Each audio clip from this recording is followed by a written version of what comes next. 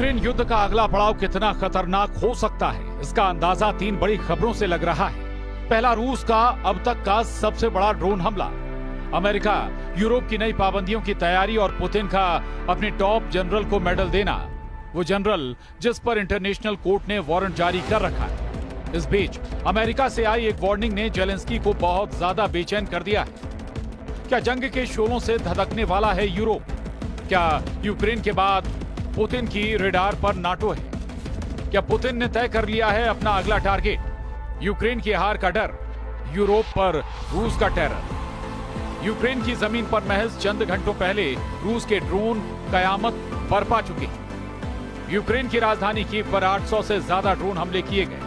ये यूक्रेन पर हुआ अब तक का सबसे बड़ा ड्रोन हमला बताया जा रहा है। लेकिन वॉर एक्सपर्ट्स इसे रूस का बारूदी ट्रेलर मान रहे हैं, क्योंकि माना जा रहा है कि रूस के मन में यूक्रेन से आगे भी कुछ चल रहा है, कुछ ऐसा जो सिर्फ पुतिन के दिमाग की उपज है। एक ऐसा प्लान जो सिर्फ यूक्रेन की जमीन तक सीमित नहीं है, बल्कि उसके धमाकों की गूंज नाटो की सीमाओं के पार भी सुनाई देने वाली है। लेकिन क्यों और कैसे, इसे समझने के लिए आपको सबसे पहले अमेरिका के पूर्व वाइस प्रेसिडेंट माइक पेंस के उस बयान को समझना होगा, जिसमें उन्होंने एक बेहद चौंकाने वाली खबर की तरफ इशारा किया। अमेरिका के पूर्व उपराष्ट्रपति माइक पेंस ने बीबीसी को दिए इंटरव्यू में जो कहा, उसने यूरोप की सुरक्षा को लेकर नई बहस छेड़ दी। पेंस ने साफ शब्दों में चेतावनी दी कि अगर यूक्रेन रूस के सामने हार गया तो इसमें कोई शक नहीं कि अगला निशाना नाटो की सीमाएं होंगी। यानी यूक्रेन की लड़ाई केवल एक देश की जंग नहीं है, बल्कि पूरे यूरोप की सुरक्षा की जंग है।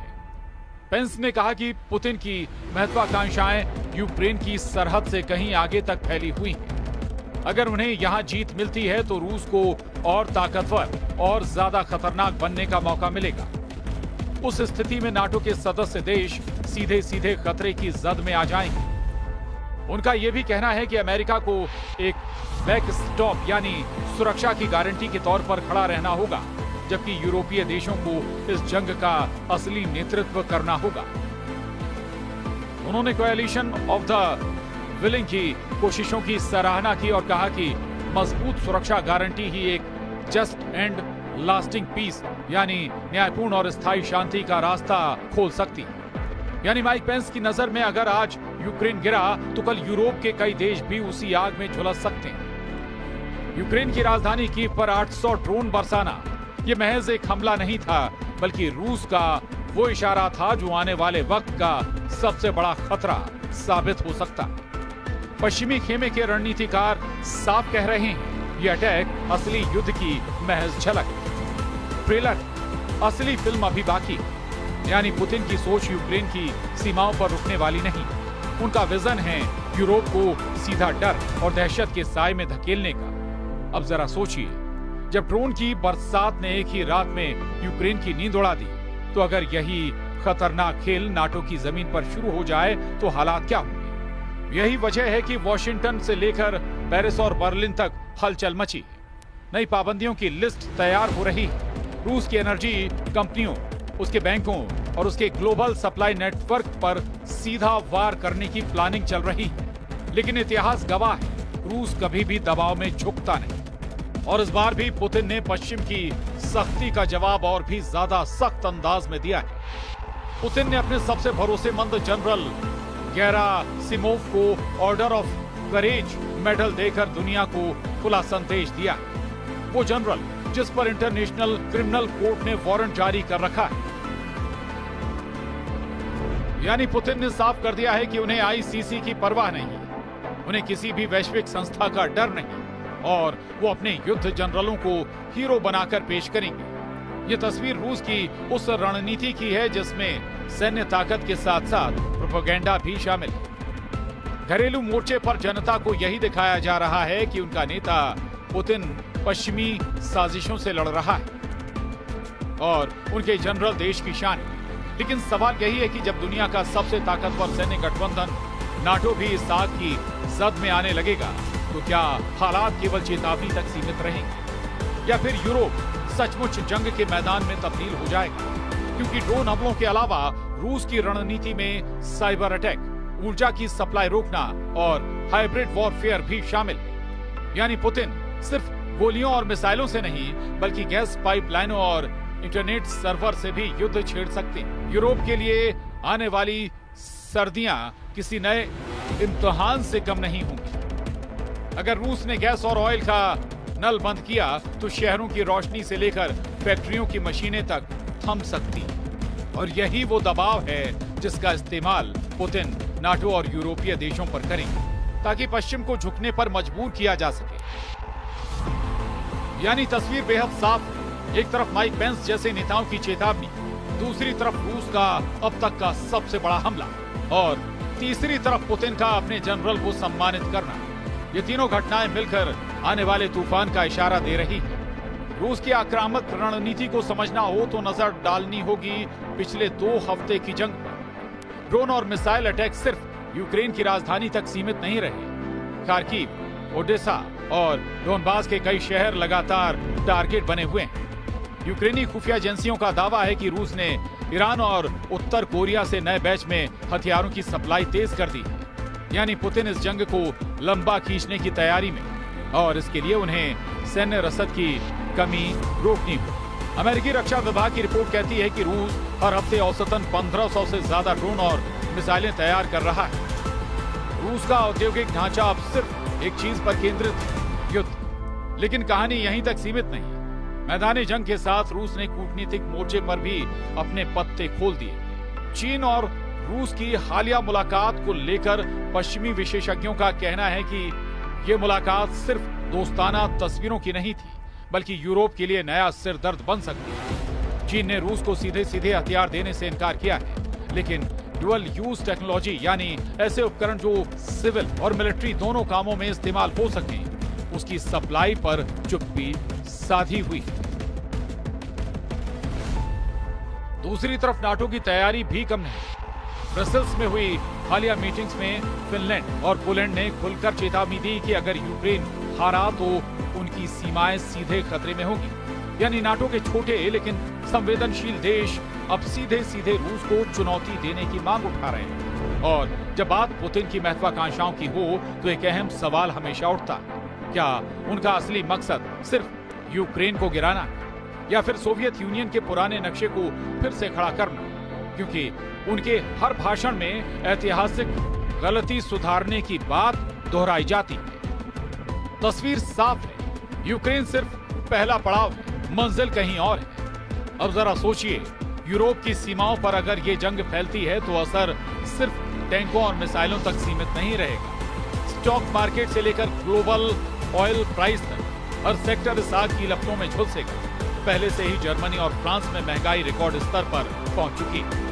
अगर ऊर्जा संकट और गहरा हुआ तो यूरोपीय जनता की नाराजगी सड़कों पर दिखेगी। यही वो मोमेंट है जहां पुतिन को बढ़त मिल सकती है, क्योंकि उनकी स्ट्रेटजी सिर्फ युद्ध नहीं बल्कि मनोवैज्ञानिक दबाव भी है। अगर यूरोपीय जनता अपने नेताओं पर दबाव बनाएगी तो नाटो की एकजुटता खुद ब खुद टूट सकती है।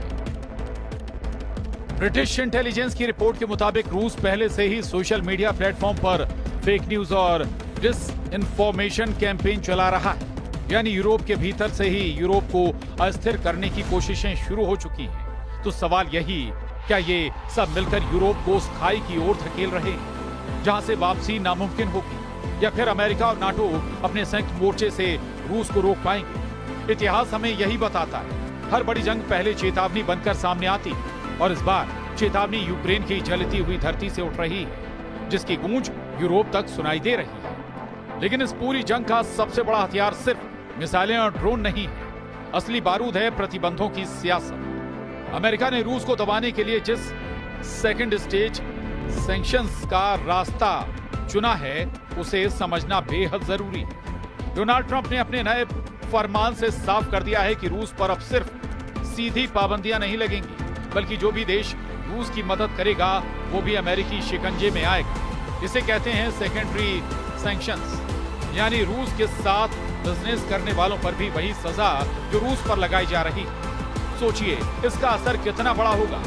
रूस से तेल खरीदने वाले, रूस से टेक्नोलॉजी लेने वाले, यहाँ तक कि उसके बैंकों से ट्रांजैक्शन करने वाले भी अब अमेरिकी रडार पर होंगे। यानी ये जंग रूस बनाम अमेरिका नहीं रहेगी, बल्कि रूस के साथ खड़े देशों बनाम अमेरिका और उसके सहयोगियों में बदल जाएगी।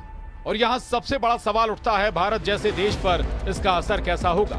भारत ने अब तक रूस से सस्ती कीमत पर कच्चा तेल खरीदा है, लेकिन अगर अमेरिकी सेकेंडरी सैंक्शंस लागू हो गए तो भारतीय कंपनियों और बैंकों पर भी असर पड़ सकता है। भारत को अपनी ऊर्जा सुरक्षा और रणनीतिक रिश्तों के बीच बेहद नाजुक संतुलन साधना होगा, क्योंकि अमेरिका की कोशिश साफ है, रूस की सप्लाई लाइन तोड़ना, उसे अकेला करना और उसके युद्ध के इंजन को ठप करना।